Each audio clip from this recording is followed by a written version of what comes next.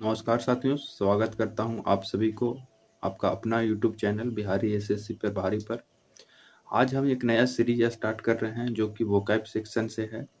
Vocab में जितने भी सेक्शंस आता है, चाहे OWS हो यानी कि वन वर्ड सब्स्टिट्यूशन हो, साइनो हो, एंटो हो या फिर फ्रेज हो या इडियम हो, जितने भी पोर्शंस आता है वोकैब में वो सभी पोर्शन कंप्लीट करवाया जाएगा। लगभग 10,000 वोकैब का टारगेट किए हैं और अगर आप इस वोकैब को पूरा कर लेते हैं, पूरा सीरीज को फॉलो करेंगे तो आपका CGL, CHSL, MTS, CPU, steno या फिर बैंकिंग का एग्जाम हो, सभी एग्जाम में आपको वोकैब का सेक्शन को लेकर आपको कोई भी डाउट नहीं रहेगा, कोई भी डर नहीं रहेगा। आपका कंप्लीट वोकैब क्लियर हो जाएगा, वो भी फ्री ऑफ कॉस्ट। ये सेशन होगा यूट्यूब पर, जो कि पेड कोर्स है और पेड कोर्स को मैं यूट्यूब पे करवा रहा हूँ ताकि बहुत लोगों को डाउट है कि वोकैब से डर लगता है, बहुत लोगों को डर लगता है कि हमको सिलेक्शन में सबसे बड़ी बाधा लगता है तो इंग्लिश लगता है, उसमें भी वोकैब का सेक्शन लगता है। तो मैं इस सब क्वेरी को देखते हुए बहुत सारे लोगों को कमेंट रहता है जो कोर्स को अफोर्ड नहीं कर पाता है, प्लस का कोर्स सब्सक्रिप्शन नहीं ले पाता है या पेड कोर्स नहीं खरीद पाता है, तो उन सभी के जो सफलता में बाधा है उसको मैं कम करने की कोशिश कर रहा हूँ। तो अगर आप चैनल पे पहली बार आए हैं तो चैनल को सब्सक्राइब कर देंगे। अगर आप इस वीडियो को फेसबुक पर देख रहे हैं तो पेज को फॉलो करेंगे। चलिए स्टार्ट करते हैं। आज का ये पहला सेशन है और ये 10 से 12 मिनट होगा, जिसमें 40 वर्ड करवाऊंगा हर एक दिन। अभी स्टार्ट कर रहे हैं वन वर्ड सब्स्टिट्यूशंस का। ये करीब करीब 40 वीडियो होगा। 40 वीडियो के बाद साइनो एंटो का करवाएंगे, उसका भी लगभग 40 से 45 वीडियो आएगा। उसके बाद इडियम्स करवाऊंगा, उसके बाद फ्रेज का करवाऊंगा।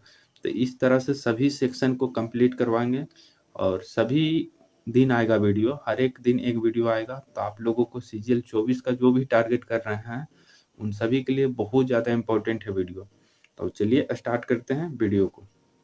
तो देखिए पहला जो इसमें वर्ड है, इसमें पहला वर्ड है एब्डिकेट। क्या है? एब्डिकेट। तो देखिए एब्डिकेट को कैसे याद कर सकते हैं। एब्डिकेट का जो मतलब होता है राजगद्दी को त्याग देना। क्या करना? राजगद्दी को त्याग देना। तो एब्डिकेट का मतलब हो रहा है राजगद्दी को त्याग देना।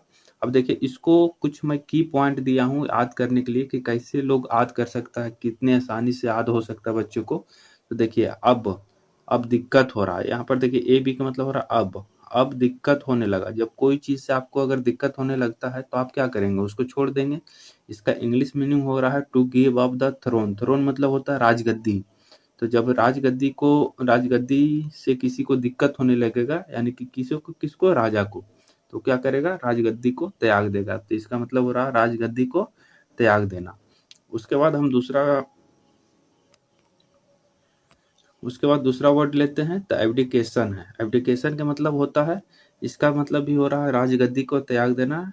Act giving the act giving up the throne, मतलब इसका मतलब क्या हो रहा है कि राजगद्दी को त्यागने का जो एक्ट है, मतलब जो एक्शन है या जो भी कार्य करते हैं कि राजगद्दी को हम त्याग रहे हैं, उस एक्शन को क्या बोला जाता है? एब्डिकेशन।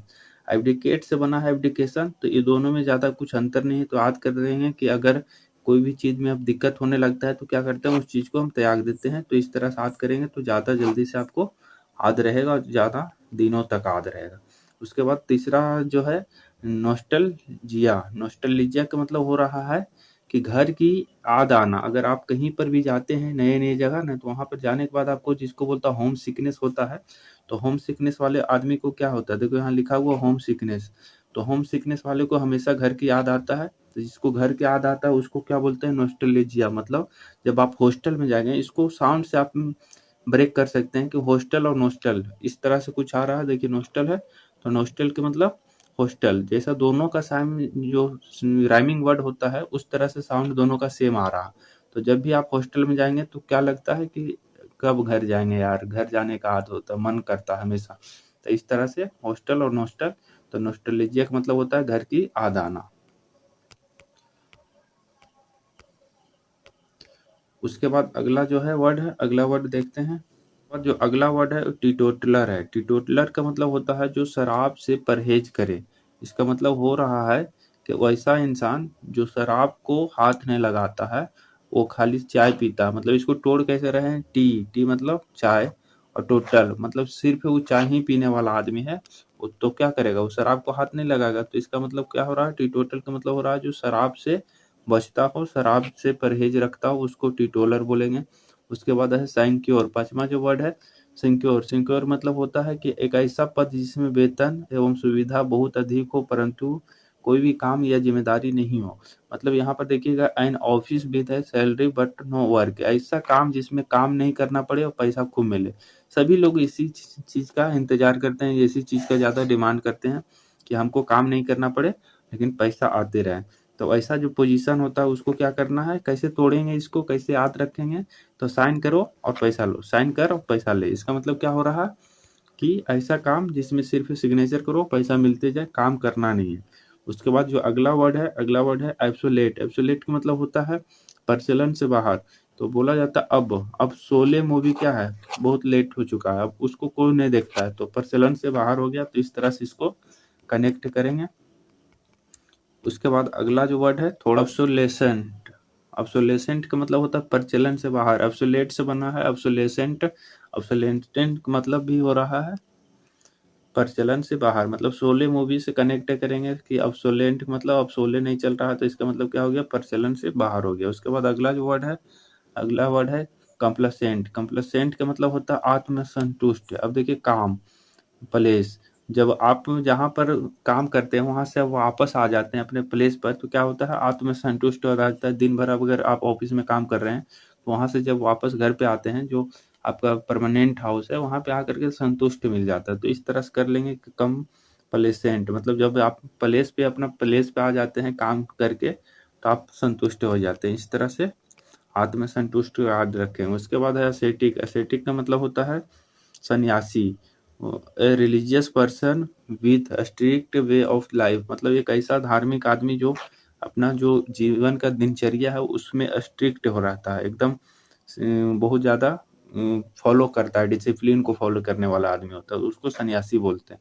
तो ऐसे ठीक, मतलब बहुत ऐसा आदमी होता है जो हमेशा कुछ भी करेगा तो एकदम डिसिप्लिन मैनर में करता है, उसको बोलते हैं एसेटिक।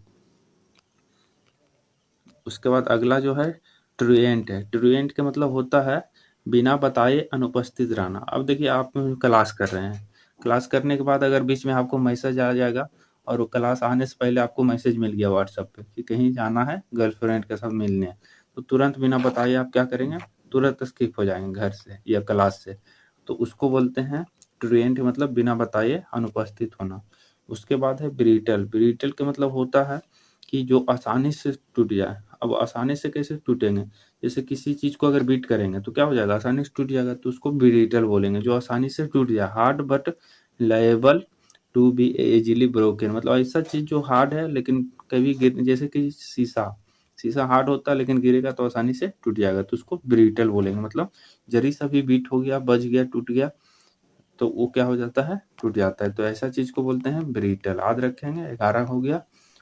12 नंबर है फ्रेजाइल। फ्रेजाइल का मतलब होता है नाजुक, जिसे आसानी से तोड़ा जा सके। वहां पर ब्रिटल था, ये ब्रिटल था, लेकिन यहाँ फ्रेजाइल है। दोनों का मतलब होता है जो आसानी से टूट जाए या जिसको आसानी से हम तोड़ सकते हैं, उसको क्या बोलते हैं, फ्रेजाइल। तो देखिए फर्जी, फर्जी चीट क्या होता है, जैसे आप अगर पैसा कम लगाएंगे कोई भी चीज को तो फर्जी होगा। फर्जी का मतलब उसको आसानी से तोड़ सकते हैं। तो इस तरह से इसको कनेक्ट करके याद करेंगे तो ज़्यादा जल्दी से याद होगा। उसके बाद अगला जो वर्ड है, अगला वर्ड है एक्स्ट्रा वैकेंट। एक्स्ट्रा वैकेंट का मतलब होता है खर्चीला या फिजूल खर्च। अगर आप इसको तोड़ेंगे कैसे, एक्स्ट्रा वेजिटेबल आंटी, मतलब क्या करती है, जब आंटी वहीं जाती है तो हमेशा एक्स्ट्रा वेजिटेबल ले लेती है, तो फिजूल खर्चा हो जाता है। इस तरह से कनेक्ट करेंगे तो याद रहेगा। उसके बाद अगला है इंसॉल्वेंट। इंसॉल्वेंट का मतलब होता है दिवालिया, जो मतलब इन मतलब क्या होता है नहीं, और सॉल्व मतलब समाधान, मतलब अगर जो जो अपना आदमी, कोई भी आदमी हो, अपना समाधान, अपना समस्या को सॉल्व नहीं कर पाता है तो उसको क्या बोलते हैं, इंसॉल्वेंट। मतलब कि बैंक से अगर लोन लिया और उस बैंक का लोन को नहीं चुकाया, मतलब उसका समस्या है और समस्या को जब सॉल्व नहीं करेगा तो उसको इंसॉल्वेंट बोलते हैं, यानी कि दिवालिया बोलते हैं। जैसे कि नीरव मोदी है, तो नीरव मोदी क्या किया था, लोन लिया था लेकिन लोन नहीं चुकाने के कारण उसको दिवालिया घोषित कर दिया गया और वो भाग गया बाहर। तो ऐसा चीज को इंसॉल्वेंट बोलते हैं। मतलब जो सरकार का पैसा लेता है, बैंक का पैसा लेता है, उसको चुकाता नहीं है, उसको इंसॉल्वेंट बोलते हैं। उसके बाद देखिए, उसके बाद अगला वर्ड है परवेन्यू। परवेन्यू का मतलब होता है कल का नवाब, यानी कि one who suddenly gain wealth, मतलब जिसको रातों रात धन का प्राप्ति होता है, वैसा चीज को परवेन्यू। तो इसको कैसे कनेक्ट कर सकते हैं, परवीन को रातों रात धन मिल गया तो क्या हो गया, नवाब हो गया। इस तरह से याद रखेंगे। उसके बाद अगला है अल्ट्रुइस्ट। अल्ट्रुइस्ट का मतलब होता है परोपकारी, जो दूसरे को मदद करता है, जैसे वन हु डिवोट्स हिज और हर life for the welfare of others, मतलब ऐसा चीज जो हमेशा दूसरे को मदद के लिए तत्पर रहता है, ऐसा इंसान, उसको बोलते हैं परोपकारी, मदद के लिए जो हमेशा खड़ा रहता है। उसके बाद अगला जो वर्ड है अल्ट्रुइज्म। अल्ट्रुइज्म मतलब अल्ट्रुइस्ट, अल्ट्रुइज्म बना है, मतलब दोनों ही कनेक्ट होकर के इससे ही बन गया है। तो अल्ट्रुइज्म का मतलब भी होता है वही परोपकारिता करने वाला या परोपकारिता। तो अल्ट्रुइस्ट से अल्ट्रुइज्म बना है, याद रखेंगे। सलेम मतलब होता है जो जोर से बंद करना, मतलब कोई भी चीज को पटक करके कस के आवाज करवाने के लिए, जैसे दरवाजा हो गया या खिड़की हो गया, उसको बंद करते हैं तो स्लैम। स्लैम मतलब कस के आवाज होना। तो इस तरह से बंद जब करते हैं तो आवाज कस के होते हैं, तो उसको स्लैम बोलते हैं। अगला जो है प्रोवेंडर। प्रोवेंडर का मतलब हो रहा है पशु भोजन। अब देखिए, परो मतलब पर्व होता है, पर्व में क्या करते हैं, पशु को भोजन देते हैं, बहुत अच्छा अच्छा चीज। तो उस तरह से जैसे कि कोई पूजा करती है महिलाएं, तो उस टाइम जो भोजन होता है वो पशु को, जानवर को दिया जाता है, अच्छा अच्छा। तो इस तरह से इसको याद कर सकते हैं। उसके बाद होता है प्रोठी। प्रोठी का मतलब होता है झागदार। जब अगर आप लोग कॉफी वॉफी बनाए होंगे कभी कभी, तो उसको इस तरह से एक दो गिलास लेकर के उसमें इसमें डालेंगे, इसको इससे डालेंगे, तो इस तरह से करेंगे तो क्या हो जाएगा, झागदार बन जाएगा। तो इस तरह से कनेक्ट कर सकते हैं। उसके बाद अगला जो वर्ड है प्लेजियरिज्म। प्लेजियरिज्म का मतलब होता है साहित्यिक चोरी। मतलब अगर कोई कविता या कुछ भी लिखा है, पोएट्री लिखा है, उसका पोएट्री का आप कॉपी कर लेंगे तो उस चीज को बोला जाता है प्लेजियरिज्म। मतलब साहित्य, मतलब कोई भी टेक्स्ट लिखा है, वो प्रिंट हुआ है या बुक लिखा है, वो बुक का अगर कोई चीज भी कॉपी करेंगे, कंटेंट कॉपी करेंगे, तो उसको प्लेजियरिज्म बोला जाता है।